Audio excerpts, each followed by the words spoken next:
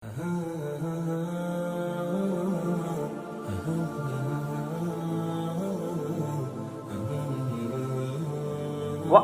بِمَا أَنزَلْتُ مُصَدِّقًا لِمَا مَعَكُمْ، کہ تمہارے پاس جو میری طرف سے پچھلی کتابیں آئیں جیسے توریت، انجیل، زبور، یہ 3 کتابیں اللہ تبارک و تعالیٰ نے قرآن مجید سے پہلے نازل فرمائی. پھر اس کے علاوہ کئی انبیاء علیہ الصلوۃ والسلام پر اللہ تبارک و تعالیٰ نے صحیفے نازل فرمائے. اصلی یہ پوری کتاب تو نہیں، لیکن کچھ احکامات جو ہے وہ ان پر نازل ہوئے تو وہ صحیفے کہلائے، جیسے رسالہ ہوتا ہے چھوٹی سی. تو اس طرح کئی انبیاء علیہ الصلوۃ والسلام پر صحیفے نازل ہوئے ہیں، اور کتابی جو صورت میں نازل ہوئی ہے وہ 4 کتابیں اللہ تبارک و تعالیٰ نے جو ہے وہ نازل فرمائی ہے. قرآن مجید فرقان حمید میں اس آیت مبارکہ میں اللہ تبارک و تعالیٰ نے اس بات کی طرف اشارہ کیا کہ یہ جو قرآن اب میں نے تم پر نازل کیا ہے یہ تمہاری پچھلی کتابوں کی تصدیق کرتا ہے، اور تم سب سے پہلے اس قرآن کے منکر نہ بن جاؤ. اللہ تبارک و تعالیٰ نے فرمایا وَلَا تَكُونُوا أَوَّلَ كَافِرٍ بِهِ، یعنی کہ تم سب سے پہلے اس کتاب کے انکار کرنے والے نہ بن جاؤ. اور آگے ہی ارشاد فرمایا وَلَا تَشْتَرُوا بِآيَاتِي ثَمَنًا قَلِيلًا وَإِيَّايَ فَاتَّقُونِ. اللہ تبارک و تعالیٰ فرماتا ہے کہ تھوڑی رقم کی، چند پیسوں کی صورت میں جو ہے وہ میری ان آیتوں کو، ان احکامات کو جو ہے وہ نہ بیچو، اور اللہ سے ڈرو. وَإِيَّايَ فَاتَّقُونِ، اور اللہ سے ڈرتے رہو. اب یہ اللہ تبارک و تعالی نے جو خطاب فرمایا، یہ آیت مبارکہ جو نازل فرمائی، اس کا شان نزول یہ ہے کہ بنی اسرائیل میں جو علماء تھے، جو توریت کے جاننے والے تھے، جو انجیل کے جاننے والے تھے، جو زبور کا علم رکھنے والے تھے، اللہ تبارک و تعالی جو ان کے علماء تھے اس وقت کے، جو اس کتابوں کا علم رکھا کرتے تھے، اللہ تبارک و تعالی اس آیت میں ان سے خطاب فرما رہا ہے.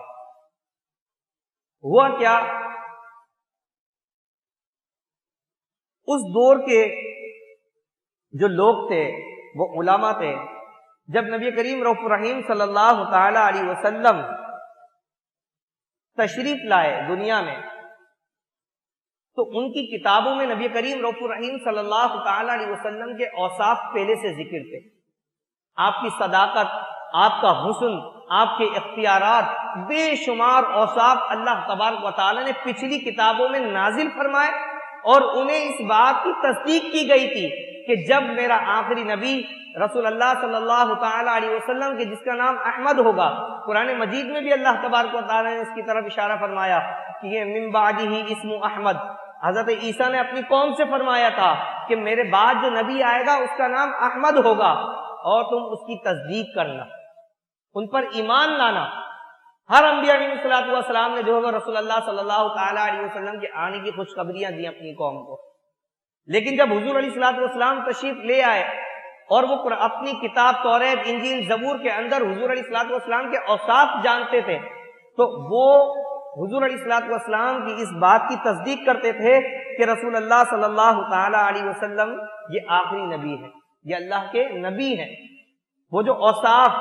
اور جو نبوت کے لیے اللہ تبارک و تعالی نے ان کی کتابوں میں نشانیاں بیان فرمائی تھی، وہ تمام کی تمام نشانیاں رسول اللہ صلی اللہ تعالی علیہ وسلم میں پوری ہوتی ہوئی نظر آتی تھی.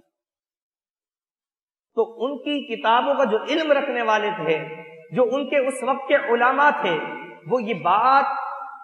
بہت زیادہ، یہاں تک کہ قرآن مجید فرقان حمید کو مثال یوں بیان فرماتا ہے کہ جس طرح یہ اپنے باپوں کو جانتے ہیں اس سے زیادہ رسول اللہ صلی اللہ علیہ وسلم کو جانتے ہیں. اتنا علم تھا انہیں رسول اللہ صلی اللہ علیہ وسلم کے آخری نبی ہونے کا کہ یہ اللہ کے نبی ہیں. لیکن ہوا کیا، تفسیر روح البیان میں ہے کہ ایک مرتبہ کعب بن اشرف نے بنی اسرائیل کے علماء سے پوچھا کہ محمد صلی اللہ تعالی علیہ وسلم کے بارے میں کیا کہتے ہو. اب جو ان کے علماء تھے، کعب بن اشرف نے جب یہ بات پوچھی،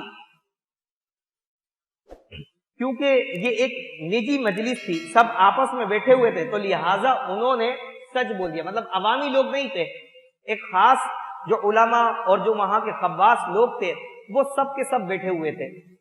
اب جب اس نے بات پوچھی، ظاہر سی بات ہے ہر بندہ جانتا ہے کہ بھائی جس بات کا مجھے علم ہے سامنے والا بھی اس بات کا علم رکھتا ہے. جب علماء کی مجلس ہوتی ہے تو ہر بندہ جانتا ہے یار یہ بات میں بھی جانتا ہوں، یہ سامنے والا بھی جانتا ہے، اس کو بھی پتا ہے کہ یہ قرآن مجید فرقان حمید میں بات کہاں لکھی ہوئی ہوگی،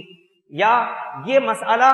فلاں کتاب میں یا فقہی مسائل ہیں تو یہ کہاں موجود ہوں گے. تو ان کے جو علماء تھے، ان کتابوں کے جاننے والے تھے، ان کتابوں کا علم رکھنے والے تھے، اب وہ سب کے سب جمع تھے. تو کعب بن اشرف نے پوچھ لیا کہ تم محمد صلی اللہ تعالی علیہ وسلم کے بارے میں کیا کہتے ہو.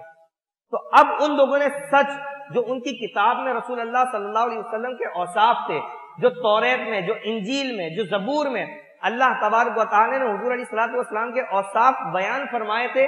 تو انہوں نے حضور علیہ الصلوۃ والسلام کی مدح، حضور علیہ الصلوۃ والسلام کی تعریف، حضور علیہ الصلوۃ والسلام کے اوصاف جو ہے وہ بیان کرنا شروع کر دیے. جب یہ بات بیان کی تو کعب بن اشرف نے کہا کہ اگر تم اس کے علاوہ کوئی جواب دیتے تو میں تمہیں انعامات عطا کرتا. میں تمہیں، اگر تمہارا جواب، یہ جو تم نے جواب دیا ہے اس کے برخلاف ہوتا، اس کے علاوہ تمہارا اگر کوئی جواب ہوتا تو میں تمہیں انعامات عطا کرتا. تو جو اس وقت کے علماء تھے، جو ان کتابوں کا علم رکھنے والے تھے، حقیقت میں پھر وہ جوہلا بن گئے اور انہوں نے کہا کہ ہمیں تھوڑا سا ٹائم دیا جائے، ہم نے تو یوں ہی جواب دے دیا تھا، ہمیں تھوڑا اس میں غور و فکر کرنے کے لیے وقت دیا جائے. اس نے کہا ٹھیک ہے تم غور و فکر کر لو. اب ان لوگوں نے کیا کیا، جو آیت جو حضور علیہ الصلوۃ والسلام کے اوصاف، جو حضور علیہ الصلوۃ والسلام کی شان ان کی کتابوں میں لکھی ہوئی تھی، انہوں نے اپنی کتابوں سے اس کو ختم کر دیا، اس کو نکال دیا. پھر کچھ دیر کے بعد کعب بن اشرف کے سامنے لالچ میں آ کر انہوں نے اس سچ کو چھپا کے اور حضور علیہ الصلوۃ والسلام کے جو توریت میں ان میں اوصاف تھے ان کو نکال کے اور حضور علیہ الصلوۃ والسلام پر انہوں نے جھوٹ من گھڑت جوابات جو ہے دینا شروع کر دیے. اب جب انہوں نے حضور علیہ الصلوۃ والسلام کے اوصاف کے خلاف بات کرنا شروع کی تو کعب بن اشرف نے جو ہے وہ انہیں انعامات عطا کرنا شروع کیے. تو اس آیت مبارکہ میں اللہ تبارک و تعالی نے ان لوگوں کو تاکید فرمائی، وَلَا تَشْتَرُوا بِآيَاتِ ثَمَنًا قَلِيلًا، کہ میری آیتوں کو تھوڑے داموں میں نہ بیچو، وَإِيَّايَ فَاتَّقُونَ، اور اللہ تبارک و تعالی سے ڈرو. یہ لالچ ان کے دل میں آیا جس کی وجہ سے وہ نبی کریم رؤوف الرحیم صلی اللہ تعالی علیہ وسلم پر ایمان نہیں لائے، اور جو حضور کے اوصاف ان کی کتابوں میں موجود تھے جاننے کے باوجود انہوں نے اپنی کتابوں سے ان چیزوں کو نکالنا شروع کر دیا. پھر بنی اسرائیل کے اندر اتنی خرابی پیدا ہوئی کہ اگر کوئی بڑا شخص عمرہ کے خلاف ان کی کتابوں میں کوئی بات ہوتی، مثلا سب کے لیے عام حکم ہے، چاہے بادشاہ ہو، چاہے وزیر ہو، چاہے عام بندہ ہو، اگر چوری کرے گا تو بھائی ہاتھ کاٹے جائیں گے، یہ سب کے لیے حکم ہے نا قرآن مجید میں. اگر زنا کرے گا تو اس کو کوڑے لگائے جائیں گے، چاہے وہ بادشاہ ہو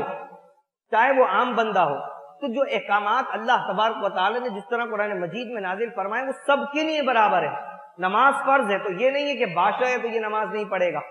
ہاں غلام ہے تو وہ نماز پڑھے گا، ایسا نہیں ہے. بلکہ چاہے بادشاہ ہو، بڑے سے بڑا رتبہ بھی ہو، تو اگر نماز کا حکم قرآن مجید میں ہے تو وہ سب کے لیے ہے. اسی طرح ان کی کتابوں میں بھی جو احکامات تھے وہ مطلق تھے، سب کے لیے تھے، عام تھے. لیکن انہوں نے کیا کیا،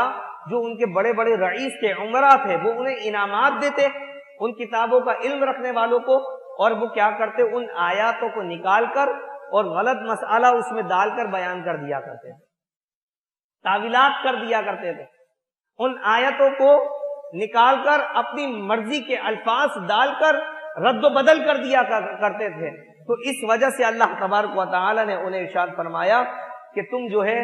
تھوڑے داموں میں جو ہے وہ میری آیتوں کو نہ بیچو.